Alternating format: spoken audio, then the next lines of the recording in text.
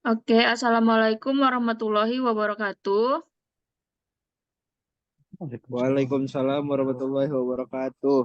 Ya, selamat pagi, salam sejahtera untuk kita semua. Pagi, Bu.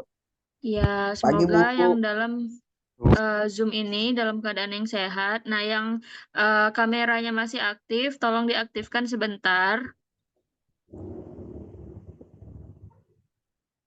Oke, ini iPhone siapa ini?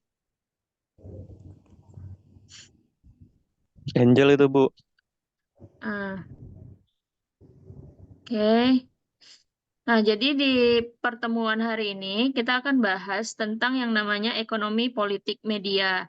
Di mata kuliah sebelumnya sudah ada sekilas kita bahas tentang ekonomi politik media. Nah, mudah-mudahan adik-adik semua masih ingat lah ya sedikit atau banyaknya tentang ekonomi politik media itu apa gitu ya. Nah, sebelumnya saya mau brainstorming dulu. Ada nggak yang bisa ngasih penjelasan apa sih sebenarnya ekonomi politik media?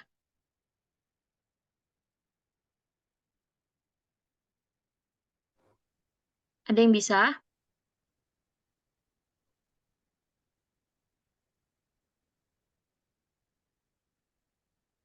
Nggak ada yang bisa. Nggak ada yang ingat berarti ya. Ekonomi politik media itu apa? Saya, Bu. Oh ya, apa Farel? Ekonomi politik itu maksudnya ilmu sosial yang mempelajari produksi perdagangan dan hubungannya dengan hukum dan pemerintah. Oke, jadi keterkaitan politik dan kepemilikan media gitu ya. Iya, Bu. Oke. Nah, ini saya share sebentar. Sudah kelihatan? Sudah, Bu. Sudah, Bu. Kelihatan. Ya. Oke. Nah, ekonomi politik media. Secara sederhana, pengertian ekonomi politik media itu adalah sebagai hubungan kekuasaan atau politik dengan sumber-sumber ekonomi yang ada di masyarakat. Nah, lanjut dulu. Ekonomi politik media merupakan studi tentang hubungan-hubungan sosial, khususnya hubungan kekuasaan yang saling menguntungkan antara sumber-sumber produksi, distribusinya, dan konsumsi, termasuk di dalamnya sumber-sumber yang berkaitan dengan ilmu komunikasi. Nah, jadi ibaratnya ekonomi politik media ini ada suatu kelompok penguasa, gitu ya, suatu kelompok penguasa yang memiliki modal untuk membangun suatu media, untuk membangun suatu media komunikasi. Lalu di dalamnya itu mereka memproduksi dan mendistribusikan pesan. Jadi contoh ekonomi politik media itu adalah kepemilikan media, misalkan Transkop. Transkop itu kan miliknya Khairul Tanjung, gitu. Karena politiknya di mana? Kita lihat Khairul Tanjung itu di kepemerintahan dia di posisinya sebagai apa? Ada di beberapa tahun yang silam, Khairul Tanjung itu berada di Partai Demokrat. Nah, kita cari contoh yang lain, misalkan Bakri Group. Bakri Group itu media kepemilikan medianya itu ada di TV One dan di Antv. Nah, itu Bakri Group. Tolong di-unmute dulu yang belum diberikan sesi. Si Tami kemarin. Suci. Mic matiin, Suci. Suci. Suci, tolong Suci. Suci. Mic-nya Suci. Suci, monitor, Suci. Suci. Mic matiin, Apa Suci. ini? Conflict of interest.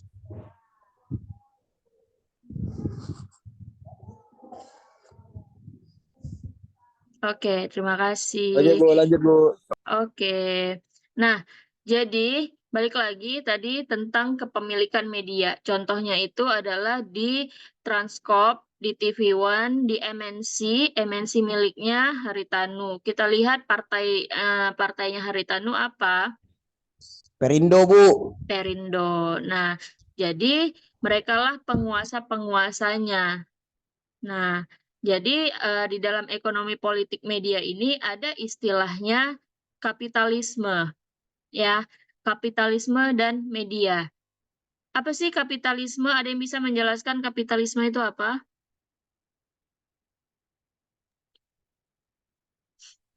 Ya, Bu. Oleh Alban? Kalau secara umum nih, Bu, kapitalisme media itu adalah sistem ekonomi di mana produksi dan distribusi barang dan jasa ditentukan oleh kepemilikan swasta dalam persaingan pasar dengan tujuan utama mencari keuntungan. Kalau Oh, dalam konteks media, kapitalisme itu mengacu pada dominasi perusahaan-perusahaan besar yang dimiliki secara swasta dalam industri media, di mana keuntungan dan kontrol atas konten sering menjadi prioritas utama. Kadang-kadang juga sering mengorbankan keberagaman, kebenaran, atau nilai-nilai sosial. oke. Makasih Alban, jawabannya benar ya. Jadi kapitalisme itu adalah orang-orang yang memiliki kekuasaan, karena ini konteksnya adalah media. Jadi orang-orang yang memegang kekuasaan di dalam media itu, merekalah yang mengatur, merekalah yang meregulasi sistem di dalam media tersebut, apakah tentang konten yang dihasilkan atau tentang bagaimana pendistribusiannya, lalu tentang penyaluran dananya. Nah, mereka yang punya regulasinya. Jadi kapitalisme ini sangat identik dengan kepemilikan swasta, gitu ya. Jadi swasta orang yang memiliki kekuasaan yang paling besar, kekuasaan yang paling tinggi, kedudukan yang paling tinggi, nah dialah yang membuat regulasinya. Seperti itu. Nah, jadi kapitalisme ini yang dia cari adalah keuntungan, gitu kan? Yang dia cari adalah keuntungan. Nah, dalam hal misalkan memproduksi pesan, ya, kepemilikan media ini, mereka tidak akan mungkin memberitakan hal-hal yang buruk tentang orang-orang yang ada di dalam instansinya di medianya sendiri. Misalkan gini, eh, MNC Group milik Haritanu. Haritanu ini misalnya punya konflik, ya, punya konflik tertentu. Nah, mereka tidak akan mungkin memberitakan tentang Haritanu di medianya sendiri. Begitu juga dengan kepemilikan media yang lain. Gitu kan. Mohon maaf Idris, boleh di-unmute tolong. Di-mute, sorry. Oke, terima kasih. Nah, jadi seperti itu. Begitu juga dengan pemilik-pemilik modal yang lain di instansi atau di media yang lain. Mereka tidak akan mungkin memberitakan atau mendistribusikan pesan hal-hal buruk tentang dirinya sendiri. Itu kan sama aja menjatuhkan marwahnya ya, menjatuhkan harga diri si tuan rumah gitu. Itu tidak akan mungkin. Nah, tapi hal itu mungkin akan terjadi di persaingannya. Nah, ingat di sini media saling bersaing kan. Pemilik modal dengan pemilik modal yang lain di instansi yang lain itu saling bersaing. Bisa jadi berita yang tidak enak tentang suatu pihak bisa muncul di media yang lain. Nah, jadi ibaratnya saling serang seperti itu. Nah, sedangkan dasar dari kehidupan sosial adalah ekonomi, maka pendekatan ekonomi politik merupakan cara pandang yang dapat membongkar suatu masalah yang tidak tampak di permukaannya. Oke, lanjut. Bentar ya.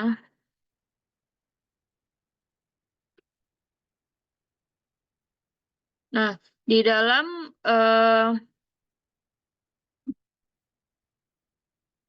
bentar ya.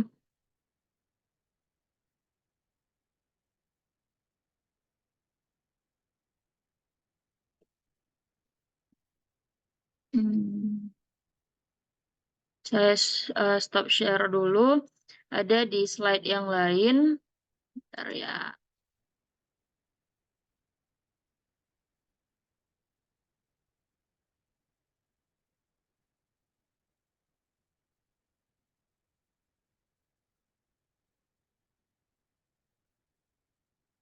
Nah, sudah terlihat?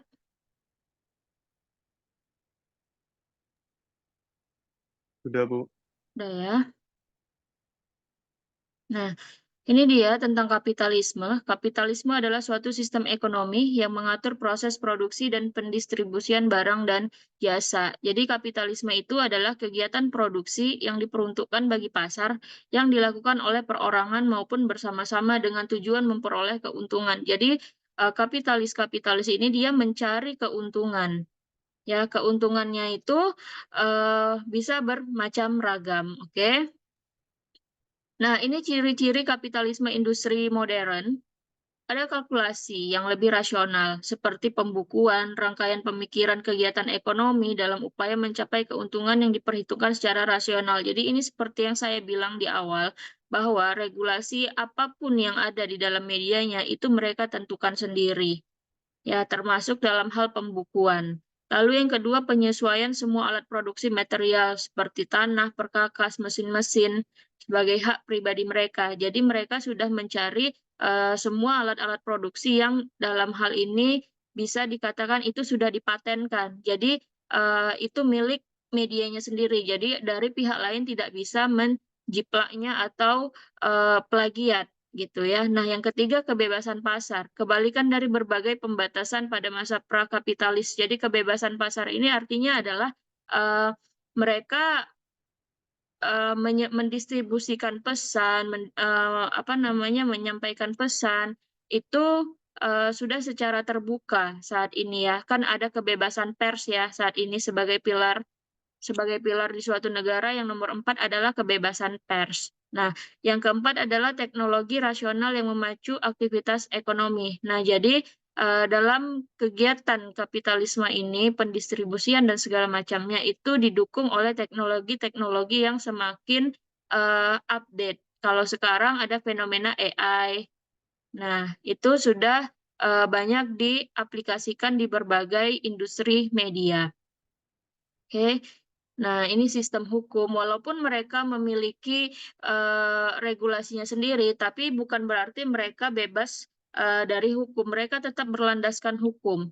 Ya, ada undang-undang penyiaran, ada UU ITE, ada kalau di televisi ada yang mengaturnya, ada gatekeeper-nya.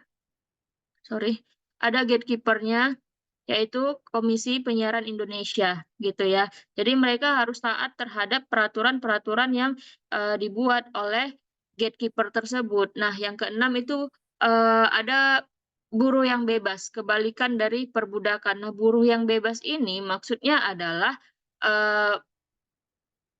siapa aja bisa bekerja di media tersebut gitu ya. Nah, ada komersialisasi ekonomi, pertumbuhan perdagangan dan keamanan komersial.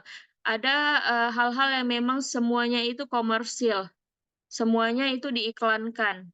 Nah, kalau saat ini kan iklan itu bisa dibilang, siapa ini yang nyoret-nyoret slide saya? Jadi bisa dibilang iklan itu memegang pertumbuhan ekonomi yang besar ya di media. Di segala jenis media juga sudah banyak iklannya. Di Instagram udah ada, bahkan mereka menyediakan wadahnya sendiri, ya kan, ada Instagram Ads. Lalu juga dan iklan-iklan yang sifatnya yang tadinya memang untuk mempromosikan produk, tapi ternyata iklan tersebut regulasinya kurang. Sehingga apa? Banyak konten-konten yang tertutup layarnya. Misalkan kita buka suatu media online. Nah, media online itu beritanya itu sedikit, tapi yang mendominasi di layarnya adalah iklan. Nah, seperti itu. Oke, paham kira-kira adik-adik sampai sini? Paham, Ibu. Paham ya? Paham, Bu. Oke. Nah, ada 3 konsep di dalam pendekatan ekonomi politik media ini. Yang pertama, komodifikasi. Segala sesuatunya dimaknai sebagai barang dagangan. Ya, ini komodifikasi. Upaya untuk mengubah segala sesuatunya menjadi komoditas atau barang dagang sebagai upaya mendapatkan keuntungan. Semuanya didagangkan di dalam media. Ya kan? Nah, dalam hal ini di komodifikasi itu ada 3 hal utamanya. Yang pertama itu isi medianya.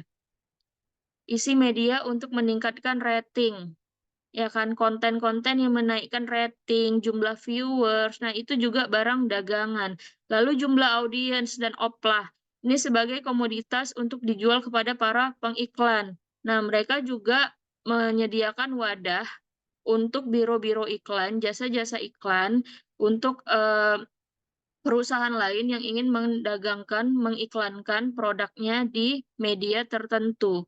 Itu kenapa di setiap acara di televisi selalu ada iklannya. Apakah iklan yang memang seperti break, ya, seperti break atau iklan yang masuk ke dalam suatu segmen tertentu. Misalnya lagi di acara brownies, pagi-pagi pasti happy misalnya gitu kan. Nah, iklannya itu produknya bisa masuk di acara itu. Misalkan apa bintang tamunya atau gestarnya dikasih minum dengan gelas yang gelas itu logonya logo misalkan kopi kapal api misalnya gitu kan, luwak white coffee. Nah, itu bisa seperti itu jenis iklannya. Lalu yang ketiga, keuntungan yang diperoleh dapat digunakan untuk meningkatkan teknologi, jaringan, dan lain-lain.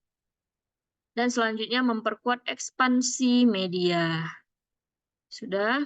Nah, yang kedua di dalam ekonomi politik media, yang pertama kan tadi komodifikasi. Nah, yang kedua ini adalah spasialisasi, yaitu cara untuk mengatasi hambatan ruang dan waktu dalam kehidupan sosial.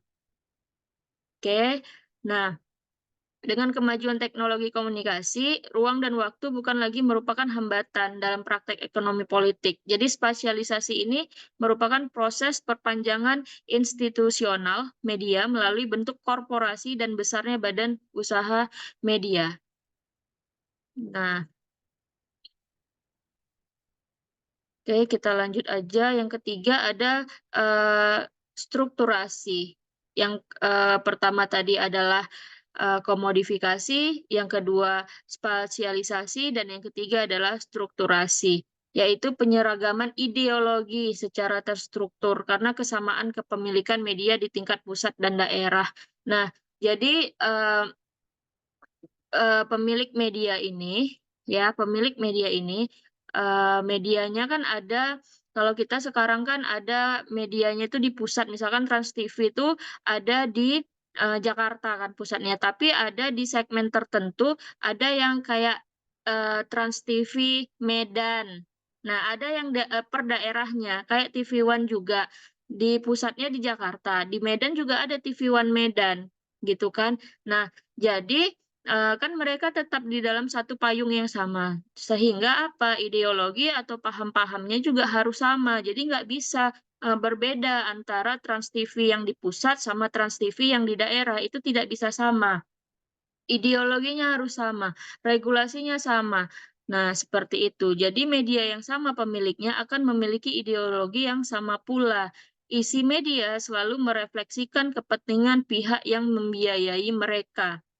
Jadi, karena di situ ibaratnya gini, kita bekerja di suatu instansi, kita tunduk sama mereka, gitu kan. Jadi, regulasinya ya otomatis harus kita jalankan, harus kita taati.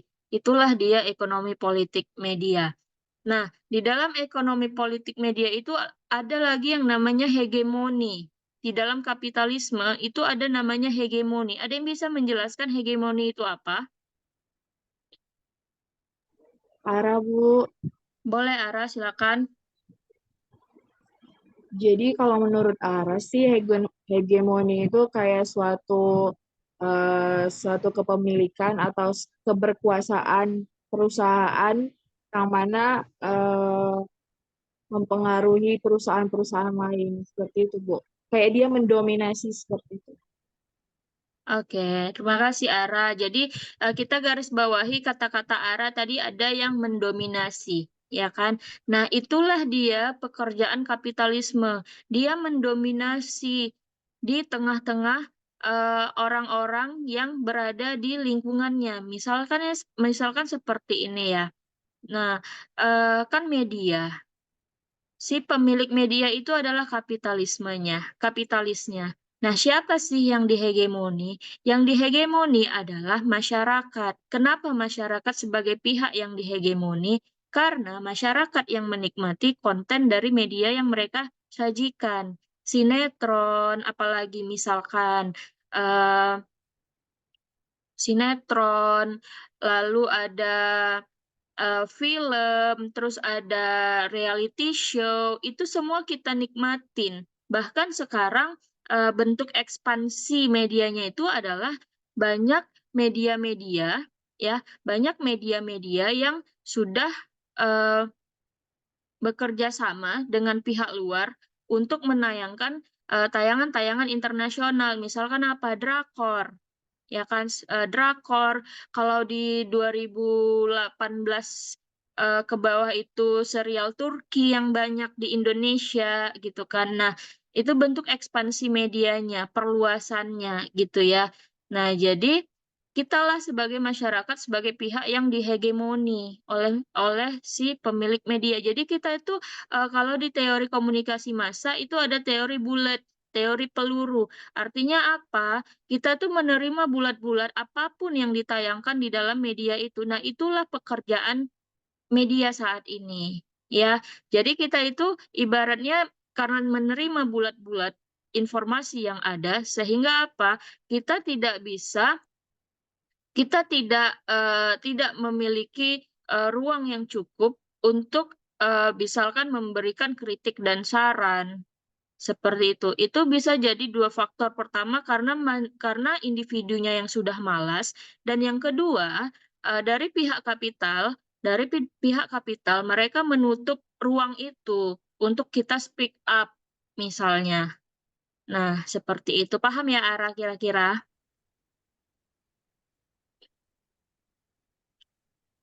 Oke. Paham, Ibu. Oke. Lalu ada namanya konglomerasi media. Ada yang bisa menjelaskan apa sih konglomerasi media?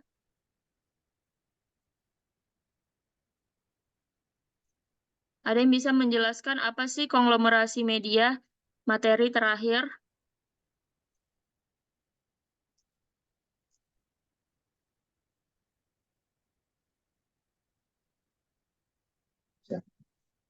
Nah, ini konglomerasi media. Konglomerasi media adalah sekumpulan pelaku konglomerat. Ada konglomerat nih di dalamnya yang menanamkan sahamnya pada perusahaan dalam satu koordinasi sehingga seluruh kebijakan manajemen yang pokok ditentukan oleh satu pintu. Jadi konglomerasi media ini kumpulan pemegang-pemegang saham di dalam satu media, ya, sehingga apa? Mereka saling mendapatkan keuntungan dari satu pintu. Jadi di Transkop itu bukan hanya milik Hairul Tanjung, bisa jadi dari pihak-pihak lain yang menanamkan modal dan sahamnya di sana.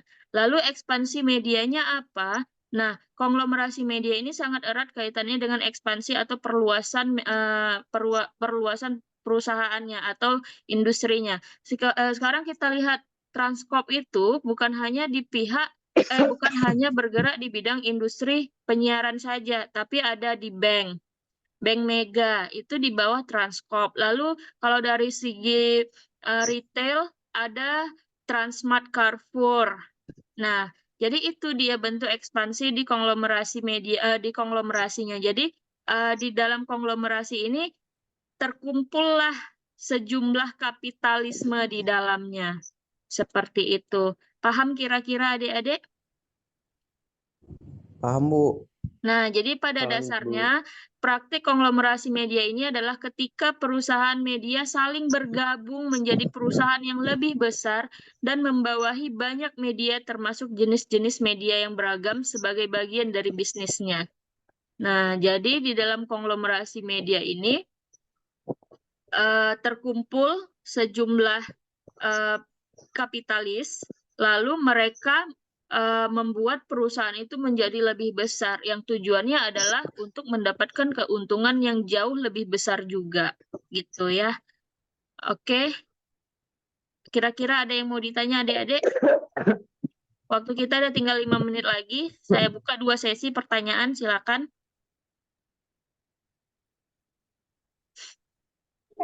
Saya, Bu.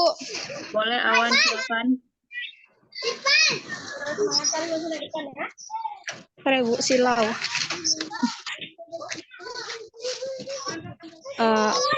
Masing-masing pemilik media bisa saling mempengaruhi, tidak, Bu, dalam industri media? masing-masing Pemilik media bisa saling mempengaruhi tidak, Bu? oh, maksudnya mereka saling mempengaruhi gitu ya. Ya, Oke. dalam Nah, industri media. oke, terima kasih. Nah, namanya juga udah industri ya, berarti kan ada saingan di sana, ada persaingan di sana, sehingga apa? Mereka ini bisa saling mempengaruhi. Dalam arti mempengaruhi misalkan si pemilik media yang A bisa mempengaruhi pemilik media yang B untuk bekerja sama. Itulah tadi untuk menjalin konglomerasi tadi, ya kan? Yang pemilik modal di media B, mereka kurang nih industrinya. Mereka ingin memperluas industrinya, tapi tidak tahu wadahnya di mana. Sehingga yang pemilik modal A di industri A, mereka bisa menarik yang B, ya udah gabung sini ke media saya. Kita merger. Ibaratnya, kita merger, kita kerjasama. Nah, nanti pembagiannya kita win-win solution. 50-50 misalnya. Gitu. Gitu Awan ya. Jadi kalau bisa mempengaruhi apa enggak, ya sangat bisa. Karena ini industri persaingan. Gitu. Atau lebih jauh lagi bisa kayak, apa ya, bisa saling menjatuhkan antara satu media dengan media yang lain. Nah, jadi si media yang A memegang kartu as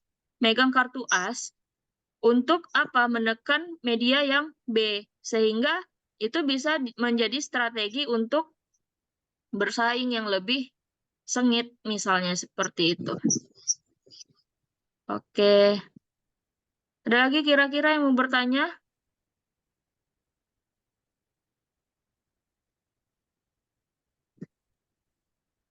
Nggak ada? Saya boleh, Bu. Oh, boleh Alban. Dalam kapitalisme media itu kan pasti ada keuntungannya ya, Bu. Keuntungan kapitalisme media itu dalam bentuk apa aja, Bu, kira-kira? Oke, terima kasih. Nah, keuntungannya yang pertama adalah dari segi ekonomi pendapatan. Nah, pendapatannya untuk siapa? Nomor satu adalah untuk pemilik modal. Kitalah pihak yang dihegemoni.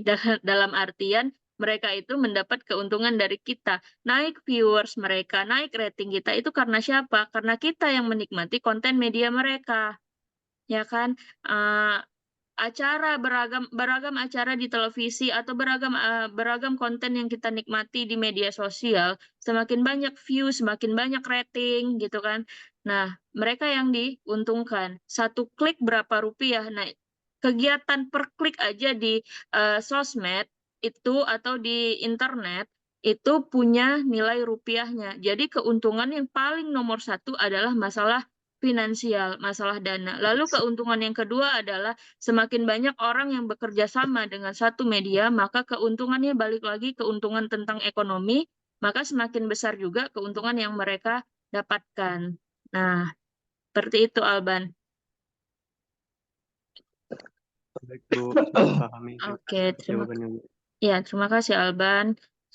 Nah, oke, karena waktu kita udah habis, jadi saya harap materi hari ini bisa benar-benar dipahami oleh mahasiswa semua di dalam Zoom ini. Terima kasih banyak. Terima kasih banyak untuk waktunya.